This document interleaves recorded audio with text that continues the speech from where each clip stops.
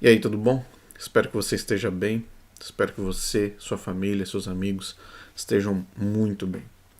Demorou muito tempo para a gente conseguir chegar no resultado dessa série e eu preciso explicar algumas coisas antes de você começar a assistir essa série que vão fazer mais sentido para você. Em primeiro lugar, eu quero agradecer a um parceiro de pesquisas e uma pessoa que eu considero meu amigo, que é o responsável pela produção dos vídeos que você vai assistir nessa série.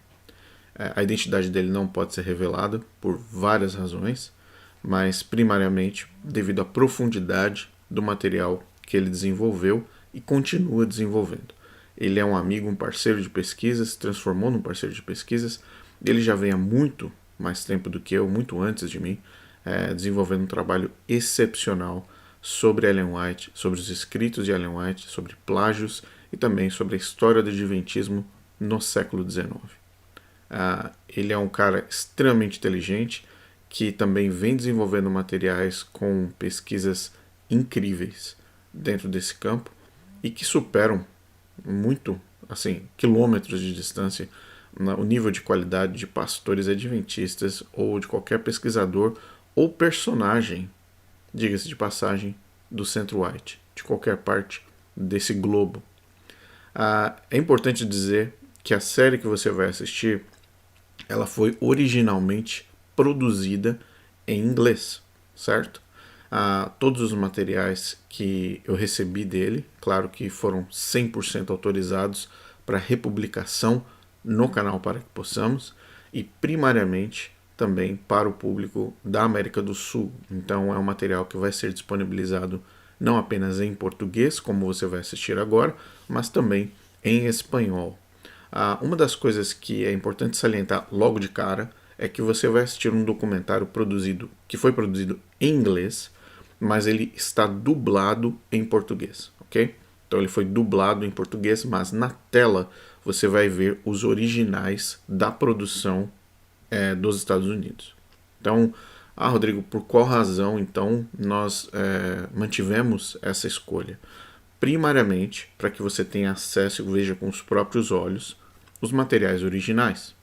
E essa é uma oportunidade importantíssima para você que tem estudado, que tem pesquisado, que tem feito análises sobre a Igreja Adventista de uma forma ou de outra, sobre Ellen White de uma forma ou de outra, mas que não tem acesso aos originais do século XIX.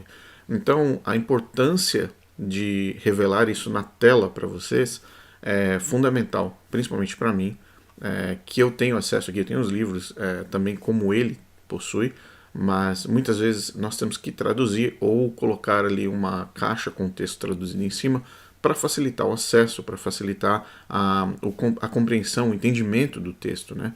Mas nesse caso específico dessa série, todos os originais foram preservados na tela de acordo com a produção original, ok?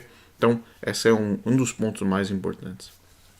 O segundo ponto é que nós fizemos uma dublagem com a ajuda da inteligência artificial, o que, vamos dizer assim, facilitou muito, em número de horas, isso facilitou, pode-se dizer aí, pelo menos uns 3 a 4 meses de produção, com certeza, devido à intensidade e devido também aos detalhes minuciosos que vão ser apresentados, que você vai ter acesso. Então, nós fizemos uso da inteligência artificial para a dublagem. Nós tentamos preservar ao máximo a tonalidade da voz dele, também a didática, né, a forma como foi feita a didática da apresentação e também a dicção da voz dele, o máximo possível, preservar o máximo a originalidade do trabalho que foi desenvolvido. Então, provavelmente, algumas palavras como adventistas, que não é uma palavra tão fácil, muitas vezes, de ser captada pela inteligência artificial para traduções automáticas, assim por diante, quando vem de áudio para texto e assim por diante. Provavelmente você vai perceber isso ao longo da apresentação. Tem algumas falhas, tem alguns errinhos ali na hora da dicção, na hora de como as palavras foram apresentadas. Conjugações verbais, de uma forma ou de outra, vão ter alguns erros. É uma tecnologia nova, mas que está muito bem evoluída. Uma outra questão também são os nomes dos livros. Então, Desejo das Eras, por exemplo, seria o desejado de todas as nações. A Grande Controvérsia, por exemplo, seria o Grande Conflito. Então, são traduções literais do texto, né, do nome ou da dicção das palavras, que são traduzidas de forma literal, não como os títulos oficiais que você conhece aí no Brasil. Então, por essa razão, é bom avisar anteriormente para que você saiba que quando esses nomes forem mencionados, eles são referentes aos livros originais, tá? De Ellen White, e que provavelmente pouquíssimas pessoas têm acesso no Brasil. Eu quero agradecer de coração a ele, quero agradecer a disponibilidade do material. Ele sabe o quanto nós valorizamos esse trabalho que ele faz. Não só ele, diga-se de passagem, existem outras pessoas também envolvidas nesse processo. Existem outros pesquisadores ao redor do mundo que formam uma rede de pesquisas que vai se aprofundar cada vez mais nos próximos meses, ok? Então, fiquem atentos, porque vem muito mais por aí. Sobre o que se trata essa série? Bom, essa série é especificamente sobre os plágios de Ellen White. Basicamente isso. Nós vamos falar sobre plágios. Falar e mostrar. E mesmo que você já tenha suas próprias considerações a respeito dos plágios, mesmo que você já tenha suas próprias considerações com relação ao que você entende como sendo fonte de inspiração ou não, eu acho que vale a pena você assistir essa série para que você possa ver e entender como Ellen White estruturou uma grande mentira ao redor do século XIX e que dura até hoje. Eu duvido que pessoas não sejam impactadas pelo que está por vir. Esse vídeo 1, ele completa o vídeo 1, que é a introdução, e o vídeo 2, que seria a parte mais extensa, né? É um vídeo de mais ou menos a junção dá mais ou menos uns 40 minutos, 45 minutos. E em seguida, nós vamos progredir nas próximas semanas com os próximos episódios. É uma série limitada de 5 vídeos. Então você vai assistir 2 vídeos agora e os próximos 3 no decorrer das próximas semanas. Ok? Eu espero que você goste. Eu espero que sirva para suas pesquisas pessoais. Você está livre para fazer anotações, tirar fotos da tela, para que você possa utilizar isso para suas pesquisas. Ok? Nós vamos fazer sim uma análise, se eu não me engano, no episódio número 3, sobre o Remick Report, que é aquele relatório que saiu do advogado que veio defender a questão dos plágios de Ellen White, advogado católico, diga-se de passagem, mas que tem muito mais ainda por trás de toda aquela documentação. O relatório vai ser disponibilizado também para você em PDF. Por uma questão legal, nós não podemos mostrar o relatório, as páginas e os PDFs na tela. Existe uma proibição, mas no episódio 3, que no caso seria o próximo, você vai compreender isso de uma forma melhor. Bom, basicamente essa é a introdução. Me desculpe por ter que fazer essa introdução, mas seria importante para você entender tanto o contexto, o tema e como tudo foi estruturado. E de coração, eu quero agradecer o Test the Prophet, que esse é o nome que nós utilizamos para nomear, na verdade, esse amigo pesquisador, uma pessoa especialíssima e que vai deixar um legado impressionante sobre o que significa, de fato, os escritos de Ellen White e as suas origens. Um abraço, espero que você goste.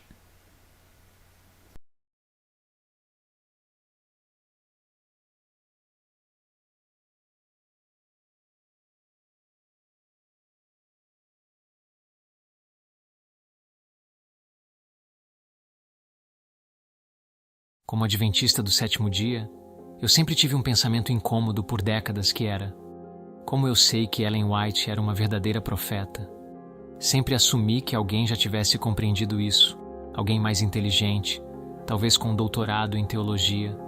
Mas à medida que cresci na igreja, essa pergunta continuou a me atormentar.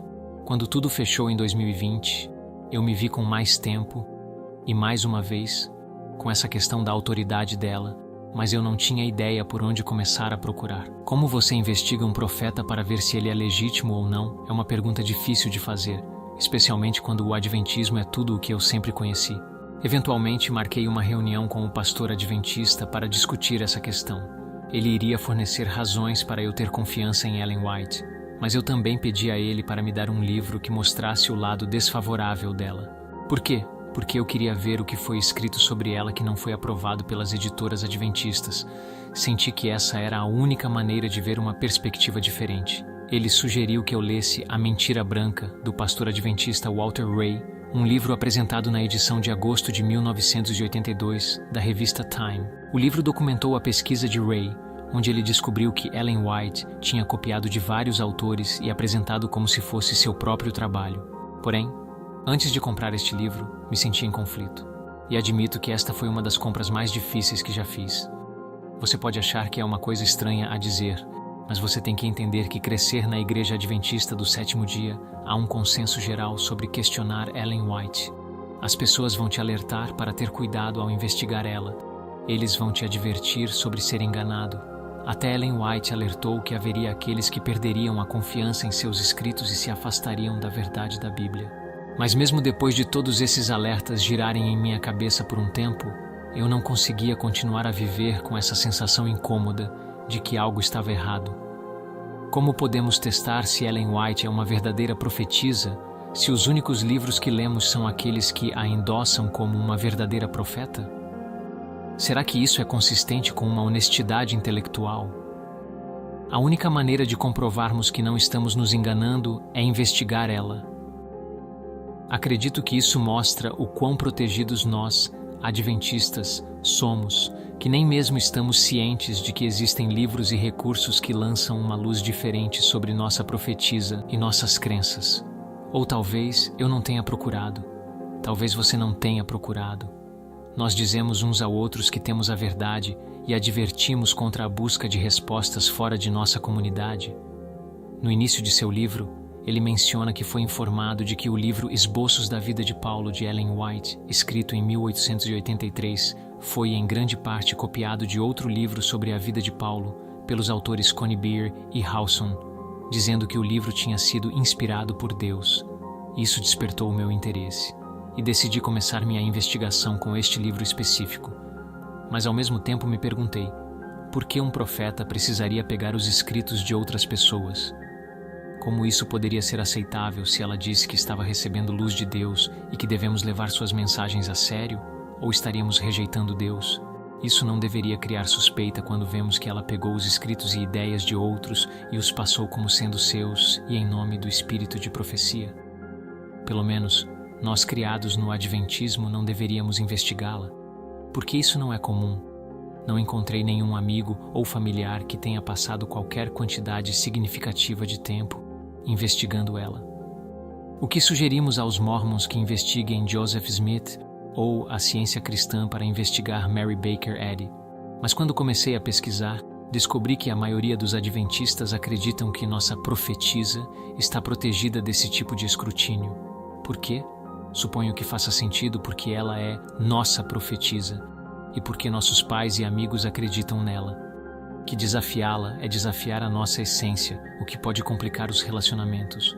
Mas como podemos simplesmente virar a cabeça e ignorar qualquer evidência que desafie nosso paradigma como adventistas? Não é pecado investigar um profeta. Em 1 João 4:1, por exemplo, lemos: Amados, não deis crédito a qualquer espírito, antes, provai os espíritos se procedem de Deus, porque muitos falsos profetas têm saído pelo mundo. Então eu te pergunto, como eu perguntei a mim mesmo, você já investigou Ellen White? Ou você apenas leu as defesas da igreja para satisfazer seu próprio viés e afirmação pessoal? Admito que depois de ler A Mentira Branca, vi porque ninguém falava desse livro na escola sabatina ou nos colégios adventistas, mesmo nas faculdades. Esse livro é bastante revelador e certamente fornece uma perspectiva diferente e levanta muitas questões. É claro que este não é o único livro escrito em oposição a Ellen White. Mas eu queria começar minha investigação com este livro, especificamente a ideia de ela usar escritos de outras pessoas. Então, nos primeiros vídeos vamos falar sobre os plágios. Começando com esse livro estranho e raro de Ellen White, intitulado Esboços da Vida de Paulo. Eu tenho mais de 200 exemplos deste livro que pretendo mostrar na câmera, onde ela copiou de outros autores sem dar crédito. Meu objetivo é examinar os dois lados da questão. Então também discutirei os contra-argumentos das evidências. Depois de discutir o plágio, vou testar Ellen White pelos seus próprios escritos e pela Bíblia. Então, se você já teve algumas dessas mesmas dúvidas, eu gostaria de te convidar para esse estudo comigo.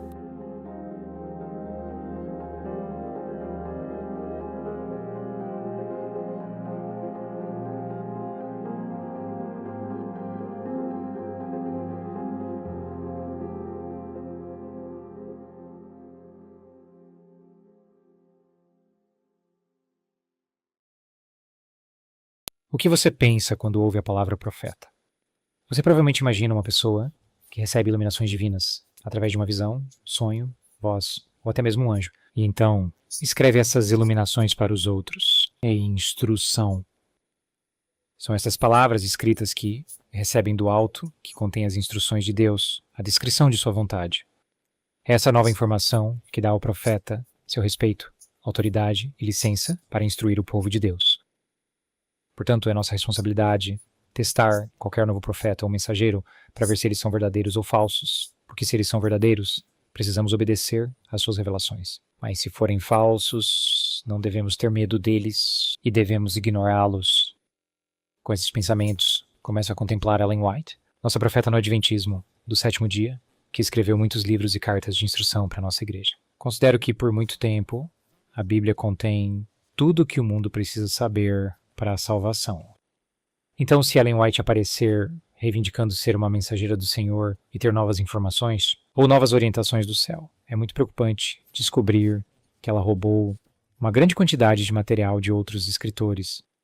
Por causa disso, sabia que precisava olhar por trás da cortina para ver se ela era uma profeta legítima. E então eu me sentei no meu escritório, refletindo sobre Ellen White e a enorme evidência de plágio que eu obtive de outros, muito do qual ainda não foi publicado.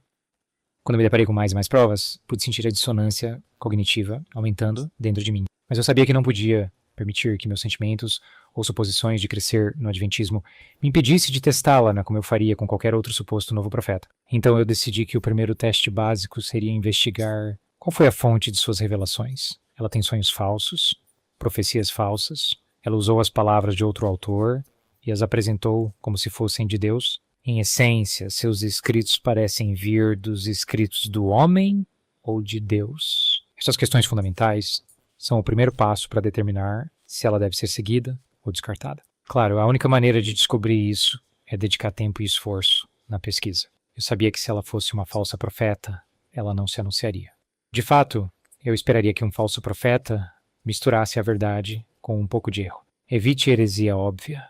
É por isso que somos instruídos na Bíblia a testar os profetas. No entanto, logo encontrei testes completos e precisos de Ellen White. Pode ser muito difícil no Adventismo, porque ela afirmou que ele foi mostrado em visão que as pessoas minariam seus escritos no fim do mundo. Ronald Numbers, um ávido historiador, apontou corretamente que isso então faz qualquer dissensão apenas uma validação de seu dom profético. Como mencionei no meu primeiro vídeo, descobri que a maioria dos avanus vai desencorajá-lo a investigá-la. Experimentei isso com minha própria família e amigos. Na verdade, ela está tão ligada à nossa identidade no Adventismo que testá-la é passar por uma dissecação completa de nossa fé. Isso é apoiado pelo fato de que a Igreja Adventista reverencia ela e ela é considerada o espírito da profecia de Apocalipse 12, 17, 19 e 10, que é conhecido como a marca identificadora que o Adventismo é a igreja remanescente do Apocalipse. Por causa de suas iluminações de Deus, a Igreja Adventista acredita que possui a verdadeira interpretação das Escrituras.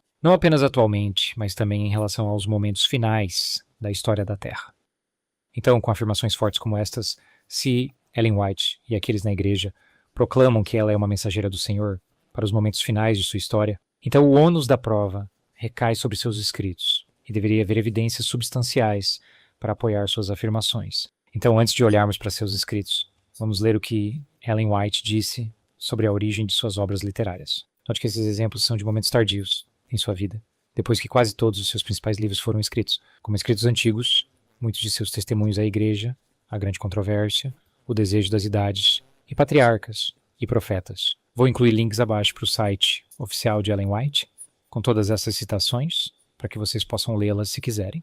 Ela escreveu: assim que pego minha caneta, não estou no escuro sobre o que escrever. É tão claro e óbvio quanto uma voz falando comigo. Vou instruir-te e ensinar-te no caminho que deves seguir. Em todos os seus caminhos, reconheça-o, e ele direcionará seus caminhos. O Espírito Santo é o autor das Escrituras e do espírito de profecia, que é o nosso propósito, em branco. Estes não devem ser distorcidos e virados para significar o que o homem pode querer que eles signifiquem, para realizar as ideias e sentimentos do homem, para levar adiante os planos do homem a todo custo. Estas são duas das muitas declarações que Ellen White fez, que ilustram porque ela afirma que seus escritos são inspirados. Ela não é simplesmente qualquer outra escritora cristã. Ela também escreve os livros maiores, Patriarcas e Profetas, Grande Controvérsia e Desejo de Idades, devem ser vendidos em todo lugar.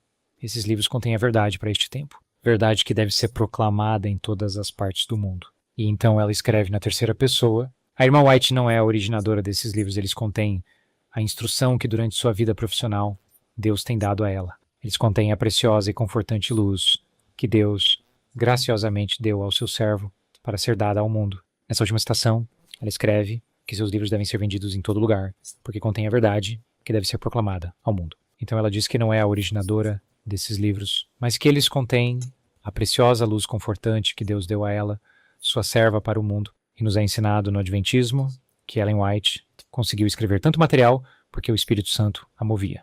Então essas citações são todas consistentes com essa ideia. Mas vamos continuar. Não posso, sob meu próprio impulso, assumir um trabalho e lançar-me nele.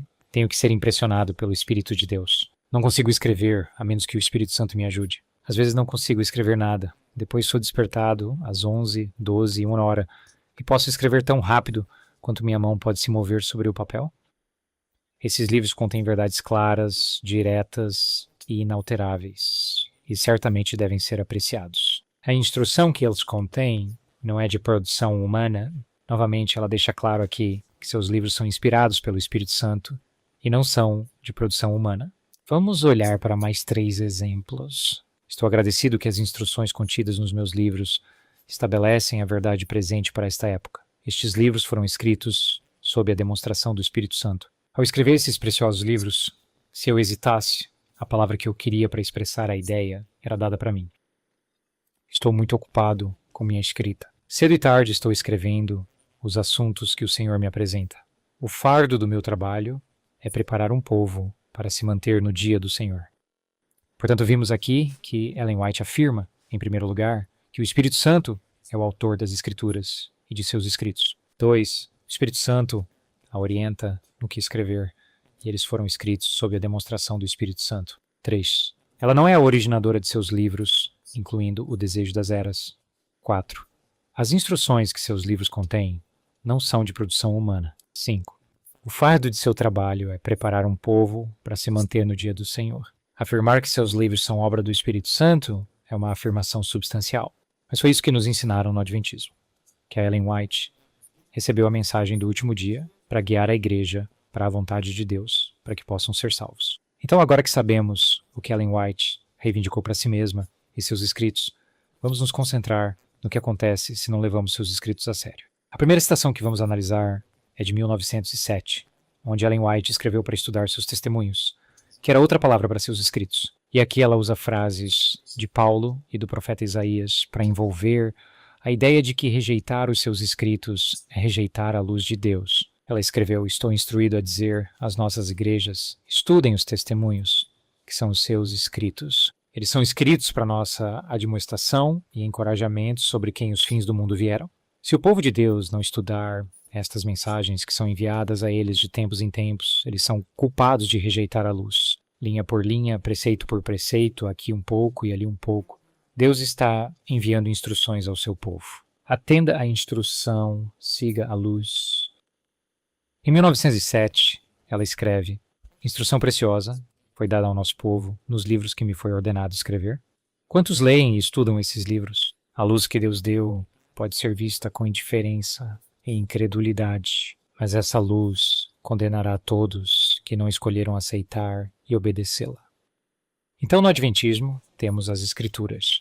Nós somos condenados se não seguirmos a luz dada por Ellen White. E esta foi a duplicidade que encontrei no Adventismo, porque, enquanto diremos que a Bíblia é a nossa autoridade final, não podemos discordar nem desafiar Ellen White. Ela afirmou que estava recebendo luz de Deus e que precisamos seguir suas instruções. E se não seguirmos sua luz, somos culpados de rejeitar a luz do céu e serão condenados. Isso faz com que muitos adventistas evitem qualquer investigação, porque é difícil examinar mensagens que deveriam ser de Deus. E se você disser que vai testá-la, se examinar a vida e os escritos dela, você é imediatamente confrontado no Adventismo com a ideia de que está mostrando falta de fé. E então você recebe um livro da Igreja Adventista que listarão as provas selecionadas de seu dom de profecia. A razão pela qual eu tinha tantas perguntas por anos foi que eu não queria me sentar e aceitar a orientação de um profeta sem testá-la. Eu precisava saber por mim mesmo. Então decidi ignorar os avisos de Ellen White de que alguns nos últimos dias se levantariam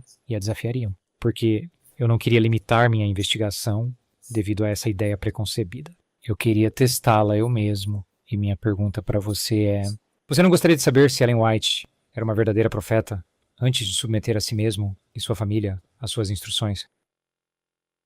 Agora, continuando nossa investigação, vamos focar em como podemos avaliar se este profeta extrabíblico ou mensageiro merece o respeito, autoridade e licença para instruir o povo de Deus. As palavras escritas de um profeta são a maneira como eles apresentam o seu argumento de prova como profeta. Por causa disso, suas palavras escritas são o ponto de partida para avaliar sua credibilidade como profeta, e é também onde eu comecei minha avaliação. Mas como mencionei antes, o que me chocou como entusiasta foi que se sabia que Ellen White copiou uma grande quantidade de material de outros autores e passou suas ideias como se fossem suas, ou de um anjo, até mesmo algumas de suas visões. Vou mostrar isso a você nos próximos vídeos. Quando comecei a pesquisar, descobri que várias pessoas alertaram sobre suas ideias copiadas várias vezes nos últimos 140 anos, embora mais recentemente e mais extensivamente por Walter Ray, em seu livro The White Lie, publicado em 1982. Em minha pesquisa, também contatei um pesquisador independente que passou mais de uma década procurando plágio nos escritos de Ellen White, além das descobertas de Walter Ray. Ele me enviou vários documentos, não publicados, que mostram a dependência literária de Ellen White. Depois de revisar suas informações, comecei a considerar qual era o ônus da prova que ela nos deixou em seus escritos. Eles podem ser explicados por fontes não sobrenaturais? Então, depois de mais de 1000 horas de pesquisa e reflexão sobre esse assunto,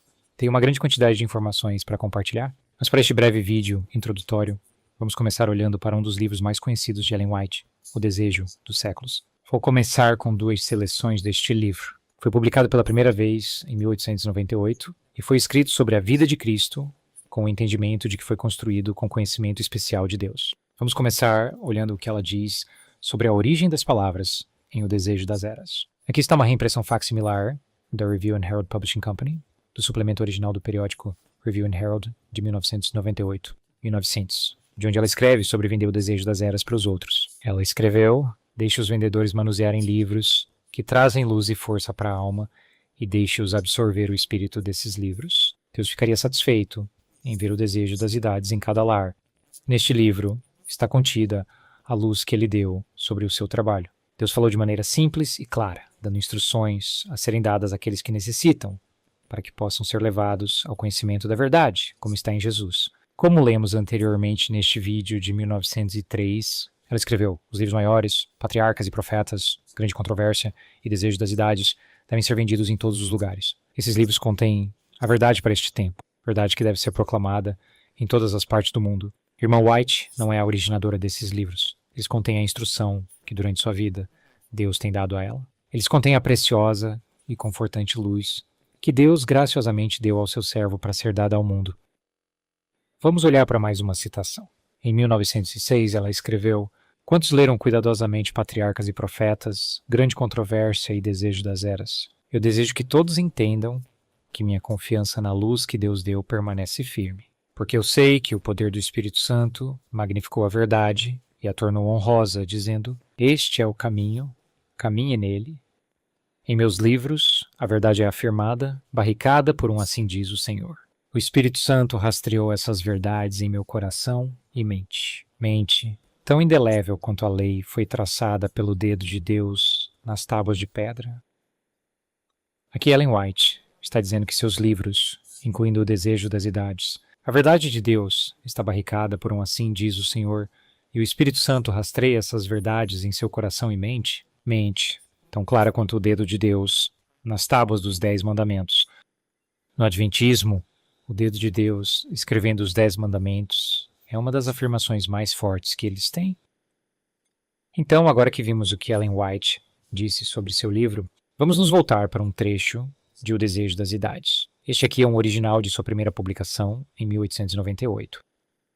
Na página 57, ela escreveu: tendo coletado as riquezas do universo e aberto os recursos de poder infinito, ele os entrega nas mãos de Cristo e diz: todos esses são para o homem. Use esses dons para convencê-lo de que não há amor maior que o meu, na terra ou no céu. A maior felicidade dele será encontrada ao me amar. Eu realmente quero enfatizar aqui que, pelo que acabamos de ler, Ellen White afirma que estas palavras em O Desejo das Idades são o que Deus disse. Ela também repete isso 9 anos depois na edição de 13 de janeiro de 1909 da Signs of the Times.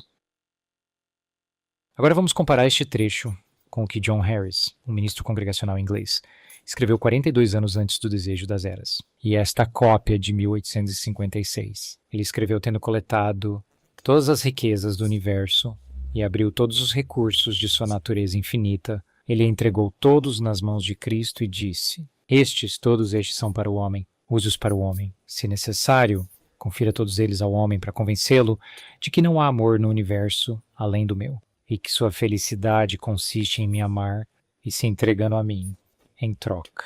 Vamos olhar para isso juntos? Como um ávido leitor desses, eu acreditaria que a declaração de Ellen White aqui veio de sua mente inspirada e que Deus realmente disse para usar esses dons para convencê-lo de que não há amor maior do que o meu na terra ou no céu. Como um profeta inspirado, a menos que você cite outros, seus leitores acreditarão que estas são palavras ou pensamentos inspirados que foram dados do céu, quando na verdade neles são de um livro de origem humana e sem inspiração. Vamos olhar para mais um exemplo neste vídeo, desta vez um trecho mais longo e uma narrativa. No início do capítulo 84 do Desire of Ages, lemos uma cena emocionante, onde os discípulos que acabaram de abrir os olhos para o Senhor ressuscitado estão retornando a Jerusalém para contar aos seus companheiros discípulos. Mas antes de examinarmos essa passagem, vamos ler o relato na Escritura que Ellen White diz que este capítulo se baseia. Em Lucas 24 lemos: e eles se levantaram na mesma hora e voltaram para Jerusalém e encontraram os 11 reunidos e aqueles que estavam com eles, dizendo: o Senhor ressuscitou de fato e apareceu a Simão. E eles contaram o que aconteceu no caminho e como ele foi reconhecido por eles ao partir o pão. E enquanto falavam, Jesus mesmo se pôs no meio deles e lhes disse: a paz esteja convosco. Mas eles estavam aterrorizados e assustados e supunham que tinham visto um espírito. E ele disse a eles: por que estão perturbados e por que pensamentos surgem em seus corações? Observem minhas mãos e meus pés. Sou eu mesmo. Toquem-me e vejam, pois um espírito não tem carne e ossos como vocês me veem ter. E quando ele falou, mostrou-lhes as mãos e os pés. No capítulo 20 de João nós lemos: então no mesmo dia à noite, antes do primeiro dia da semana, quando as portas estavam fechadas, onde os discípulos estavam reunidos por medo dos judeus, Jesus veio e ficou no meio deles e disse-lhes: a paz esteja convosco. E ao dizer isso, mostrou-lhes as mãos e o lado. Então, que detalhes são dados aqui entre essas duas contas das Escrituras? 1. Eles se levantaram à noite e retornaram a Jerusalém. 2. As portas do quarto em que estavam fechadas. 3. Eles encontraram os 11 reunidos lá e informaram-lhes que o Senhor havia ressuscitado. 4. Enquanto eles falavam, Jesus apareceu no meio deles, dizendo: a paz esteja convosco. 5. Jesus mostrou-lhes as suas mãos e o seu lado e perguntou-lhes por que estavam perturbados. Então lemos aqui a única informação que a Escritura fornece sobre este relato. Isso significa que quaisquer outros detalhes que Ellen White adicione seriam ou de uma visão, ou de sua imaginação, ou da imaginação de outra pessoa.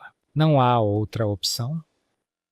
Então agora eu quero mostrar para vocês o relato de Ellen White sobre essa cena que acabamos de ler nas Escrituras. Walter Ray listou isto como um exemplo em seu livro The White Lie, nas páginas 319 e 320. Ao lado do Desejo de Idades, vou colocar o livro Cenas Noturnas da Bíblia, pelo reverendo Daniel March, nesta edição de 1870, que foi publicado 28 anos antes de The Desire of Ages. Note que Daniel March, ao contrário de Ellen White, não reivindicou qualquer inspiração divina.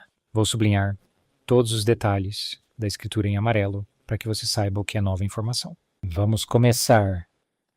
Ao chegar em Jerusalém, os 2 discípulos entram pelo portão oriental, que fica aberto à noite em ocasiões festivas.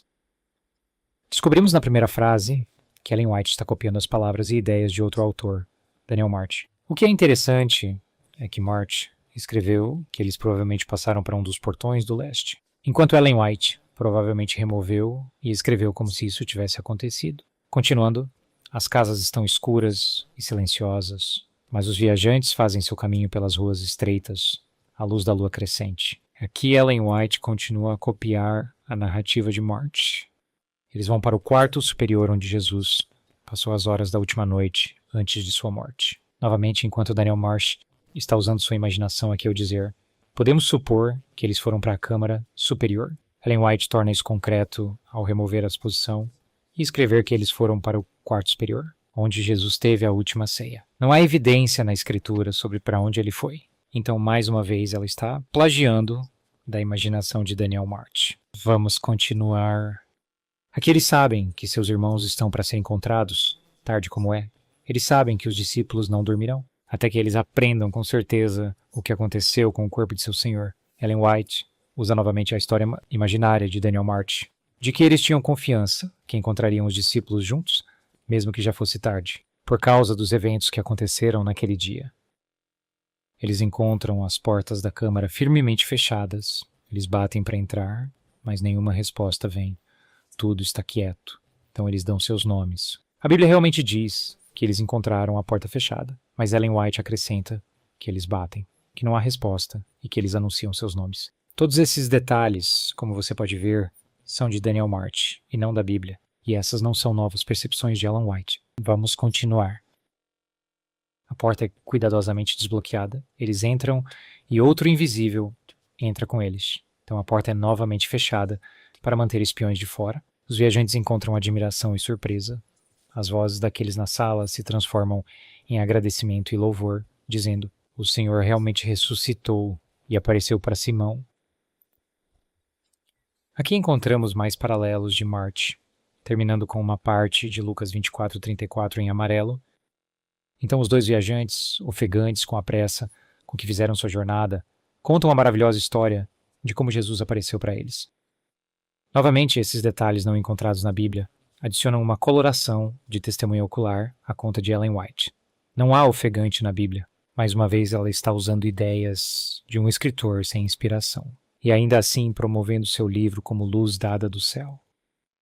Em seguida, nós lemos: eles acabaram de terminar, e alguns estão dizendo que não podem acreditar, pois é bom demais para ser verdade. Quando eis que outra pessoa se coloca diante deles, todos os olhos estão fixos no estranho. Ninguém bateu para entrar. Nenhum passo foi ouvido. Os discípulos estão assustados e se perguntam o que isso significa. Então eles ouvem uma voz, que não é outra, senão a voz de seu mestre. Clara e distinta, as palavras caem de seus lábios. A paz esteja convosco. Novamente lemos o que parece ser um relato de testemunho ocular do que aconteceu naquela noite. Lê-se como um romance moderno. Aqui Ellen White está adicionando detalhes a esta história, que não são encontrados nas escrituras, mas estão, em vez disso, no livro de Daniel March. Novamente, observe que March nunca reivindicou inspiração. Podemos ver aqui que toda essa passagem é baseada em sua conta, sem nenhum crédito dado a ele. Além disso, é importante notar que O Desejo das Eras foi publicado no final da carreira de Ellen White, depois que ela foi estabelecida como uma profeta. E 10 anos depois da edição de 1888 da Grande Controvérsia, que eu discutirei em um próximo vídeo. Esses 2 próximos exemplos são da Bíblia. Com a última frase, descobrimos que ela resume o resto do seu parágrafo.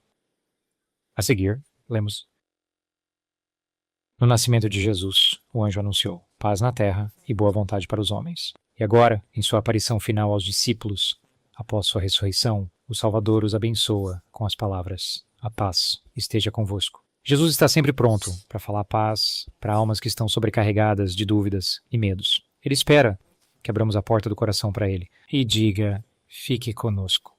Então, como você pode ver, até agora, neste capítulo, ela simplesmente copiou do livro de March e estampou o seu nome na capa. Um nome sinônimo do espírito de profecia, vamos olhar para mais um parágrafo. A ressurreição de Jesus foi um tipo de ressurreição final para todos que nele dormem. A aparência do Salvador ressurrecto, sua postura, seu discurso eram todos familiares aos seus discípulos. Assim como Jesus ressuscitou dos mortos, aqueles que dormem nele devem ressuscitar novamente. Reconheceremos nossos amigos, assim como os discípulos reconheceram Jesus. Eles podem ter sido deformados, doentes ou desfigurados nesta vida mortal, e eles se levantam em perfeita saúde e simetria. No entanto, no corpo glorificado, sua identidade será perfeitamente preservada. Então conheceremos, assim como também somos conhecidos. 1 Coríntios 13:12. No rosto radiante, com a luz que brilha do rosto de Jesus, reconheceremos os traços daqueles que amamos. Aqui ela começa a se destacar do resto do capítulo em março. Então, vamos pensar sobre isso. Se tivéssemos apenas lido o relato de Ellen White, de onde a Navones assumiria que seus pensamentos vieram, ela afirmou: Deus ficaria satisfeito em ver o desejo das idades em cada casa. Neste livro está contida a luz que ele deu sobre seu trabalho. Além disso, ela escreveu que os livros maiores, Desejo das Eras, contêm a instrução que durante sua obra de vida Deus lhe estava dando. Eles contêm a preciosa e confortadora luz que Deus graciosamente deu ao seu servo para ser dada ao mundo. Por último, ela escreveu: Quantos leram Desejo das Idades? Nos meus livros, a verdade é declarada, protegida por um assim diz o Senhor.